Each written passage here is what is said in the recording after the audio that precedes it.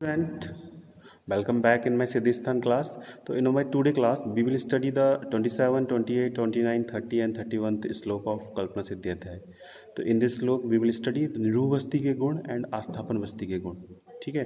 When we talk about the निरूप वस्ती गुण, shlokas are not important. लेकिन suppose in case एग्जाम में क्वेश्चन आता है कि वस्ती के गुण या वस्ती के कर्म या वस्ती के फायदे बताइए निरूप वस्ती के या आस्थापन वस्ती के, तब आप लिखेंगे कैसे? तो लिखने के लिए आपको एक बार श्लोक से गो थ्रू होना जरूरी है. आपको श्लोक ना रटना है ना मीनिंग रटना है, लेकिन बस आपको पॉइंट समझने हैं. ठीक है. जैसे नेचुरल सी बात है, वस्ती सबसे अच्छी चिकित्सा बताई गई है, तो वो श्लोक इंपॉर्टेंट है, वो हम आगे आने वाली क्लासेस में पढ़ेंगे. लेकिन निरूप वस्ती के गुणों में बताया गया है वै स्थाप्यता, मतलब वस्ती जो है वो वै का स्थापन करती है. तो वस्ती वै स्थाप्यता, तो वस्ती वै का स्थापन करती है.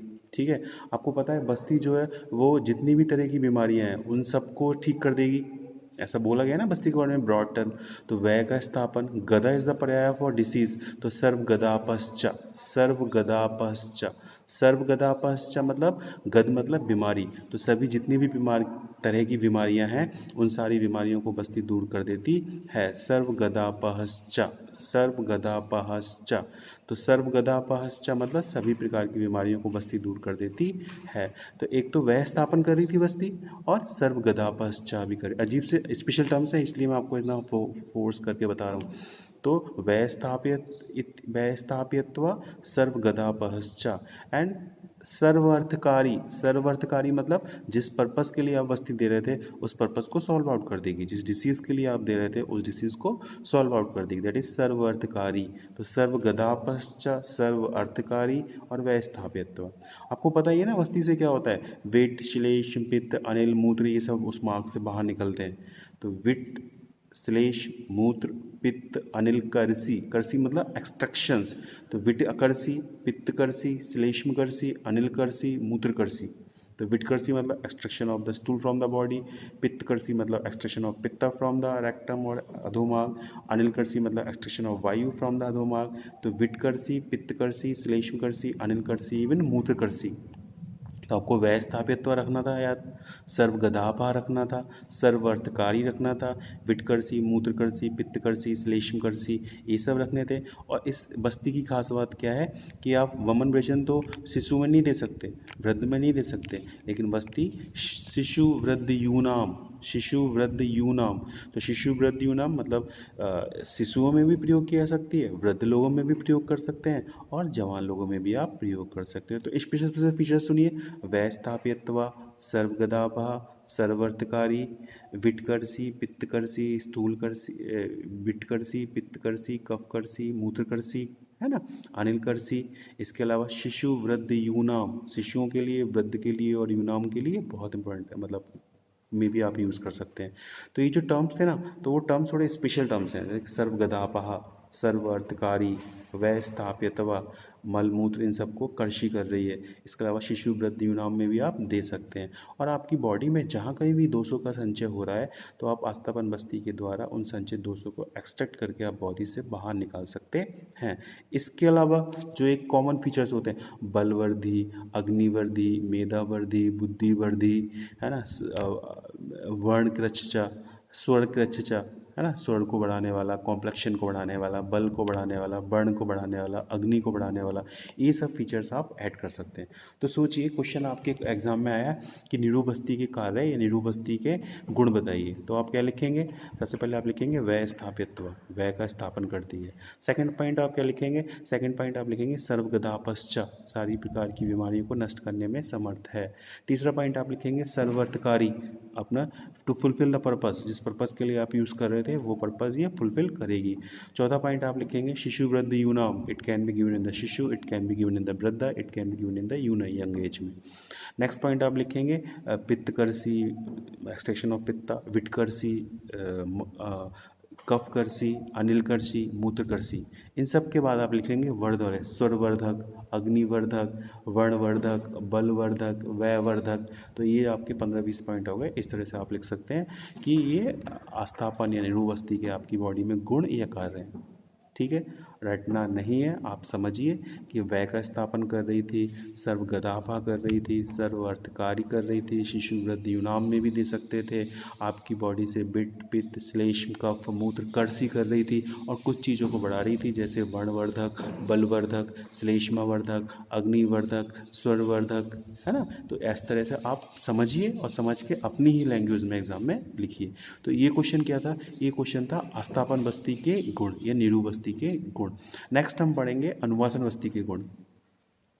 तो ये श्लोक भी याद नहीं करना है, लेकिन इस श्लोक में जो एक्चुअल मीनिंग क्या है वो आपको पता होना चाहिए। तो इस श्लोक की जो लास्ट लाइन है उसमें एक लाइन है काले महान पुष्प फल प्रदश्य, क्योंकि आजकल एग्जाम में पैटर्न चेंज हो रहा है, हो सकता है आ जाएगा एक्सप्लेन द श्लोक काले महान पुष्प फल प्रदश्य dot dot dot dot explain this. ठीक है, तो इसलिए आपको ये याद रखना है काले महान पुष्प फल प्रदश्य कहाँ किस रेफरेंस में दिया है। तो काले महान पुष्प फल प्रदश्य ये रेफरेंस में दिया है किसके? अनुवासन बस्ती के। काले महान पुष्प फल प्रदर्शक, इस लोग पूरी लाइन क्या कहती है? इसकी पूरी लाइन कहती है जिस प्रकार एक प्लांट को नरिश करने के लिए उसकी रूट में वाटर दिया जाता है and because of the irrigation in its root the plant grows, new buds and new flowers come out and within a time it will produce the fruits and flowers. So in the same way, when Anuvasan Basti is used regularly in the body, it nourishes the body, it develop the strength। तो उन्होंने जो starting में दिया, starting में उन्होंने बोला कि जो आपने आस्थापन बस्ती से अपना मार्ग क्लीन कर चुके हैं, आस्थापन बस्ती से पैसेज ऑलरेडी क्लीन कर चुके हैं, उसके बाद आप अनुवासन बस्ती का प्रयोग कर रहे हैं।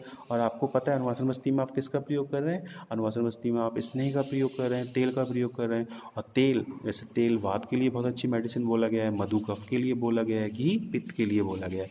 तेल में भी आप कौन सी मेडिसिन का प्रयोग कर रहे हैं? मेडिकेटेड वातनाशक औषधि से सिद्ध तेल। तो उन्होंने जो श्लोक यूज़ किया है विशेषेण समीरार्ते, विशेषेण समीरार्ते, तो स्पेशली वातनाशक औषधियों से तिल का जो आप प्रयोग करेंगे वो सारी वातनाशक बीमारियों को दूर करने में सक्षम होगा। और तेल कैसा होता है? स्निग्ध होता है। और वात कैसा होता है? रुक्ष। तो तेल अपने स्निग्ध गुण से वात के रुक्ष गुण का नाश कर देगा, तेल अपने गुरु गुण से वात के लघु गुण का नाश कर देगा, तेल अपने उष्ण गुण से वात के शीत गुण का नाश कर देगा। तो तेल रेस्पेक्टिवली अपने स्नेह गुण, गुरु गुण और उष्ण गुण के द्वारा वात के लघु गुण का, शीत गुण का और रुक्ष गुण का नाश कर देता है। और जब वो आपकी बॉडी से वात का नाश हो रहा है तो नेचुरल सी बात है वर्ण, बल, अग्नि ये सब आपकी बॉडी में फ्लेयर अप होंगे, आपका मन खुश रहेगा, दैट इज़ मन प्रसाद। तो जब अनुवासन बस्ती के कर्म पूछे जाएंगे तो आपको स्टार्टिंग ऐसे करनी है कि अनुवासन बस्ती के आस्थापन बस्ती के पश्चात जब अनुवासन बस्ती का प्रयोग हेतु जब तेल का प्रयोग किया जाता है तो वो तेल वातनाशक औषधियों से सिद्ध होने के कारण वात के लिए बेस्ट एनिमी का काम करता है। और वो तेल अपने उष्ण गुण, स्निग्ध गुण और गुरु गुण के कारण के द्वारा वात के रेस्पेक्टिवली रुक्ष गुण, लघु गुण और रुक्ष गुण, लघु गुण और शीत गुण को डिस्ट्रॉय कर देता है। एग्जाम्पल लेकिन उन्होंने बोला आचार्य ने, जिस प्रकार एक वृक्ष को की जड़ को, रूट को अगर हम सिंचित करेंगे, सिंचाई देंगे, पानी देंगे तो वो वृक्ष नव प्रतिदिन न्यू पल्लव, न्यू बर्ड्स और फ्लावर्स निकालेगा और एक समय के अंतराल पे, कुछ समय के बाद वो वृक्ष जो है बहुत सारे फल और फूल देगा। उसी प्रकार अगर हम बॉडी में अनुवासन बस्ती का प्रयोग नित्य रूप से करते हैं तो आपकी बॉडी बहुत ज़्यादा बलवान, वीर्यवान, अग्निवान, तो श्लोक में जो टर्म आया है वीर्यप्रदम, बलप्रदम, अग्निप्रदम, अलॉन्ग विद दिस जब आपका वर्ण बहुत अच्छा होगा, वीर्य बहुत अच्छा होगा, बल बहुत अच्छा होगा तो नेचुरल सी बात है आपका जो मन होगा वो प्रसादम, दैट इज मन प्रसादम। तो वर्णप्रदम, वीर्यप्रदम, बलप्रदम, अग्निप्रदम, अलॉन्ग विद दिस मन प्रसादम। तो these are the symptoms of what? These are the symptoms of anuvasan basti. ठीक है, तो आपको निरू बस्ती के गुण और आस्थापन बस्ती के गुण, ये क्वेश्चन एग्जाम में एज ए क्वेश्चन, मतलब ऐसे तो सकता है 20 मार्क में बस्ती की महत्व बताइए, तब आप उसमें बस्ती का महत्व लिखने के बाद नीचे बाद में अनुवासन बस्ती, आस्थापन बस्ती के गुण करके एक्सप्लेन कर सकते हैं। बट एज इट इज अनुवासन बस्ती के गुण या आस्थापन बस्ती के गुण, तो दैट इज नॉट इम्पोर्टेंट, क्योंकि उससे भी बहुत इंपॉर्टेंट क्वेश्चन एग्जाम में पड़े हुए हैं।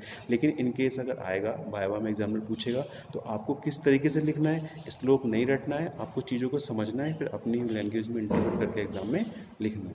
ठीक है, समझ आया? आस्थापन बस्ती के गुण और अनुवासन बस्ती के गुण। Thank you.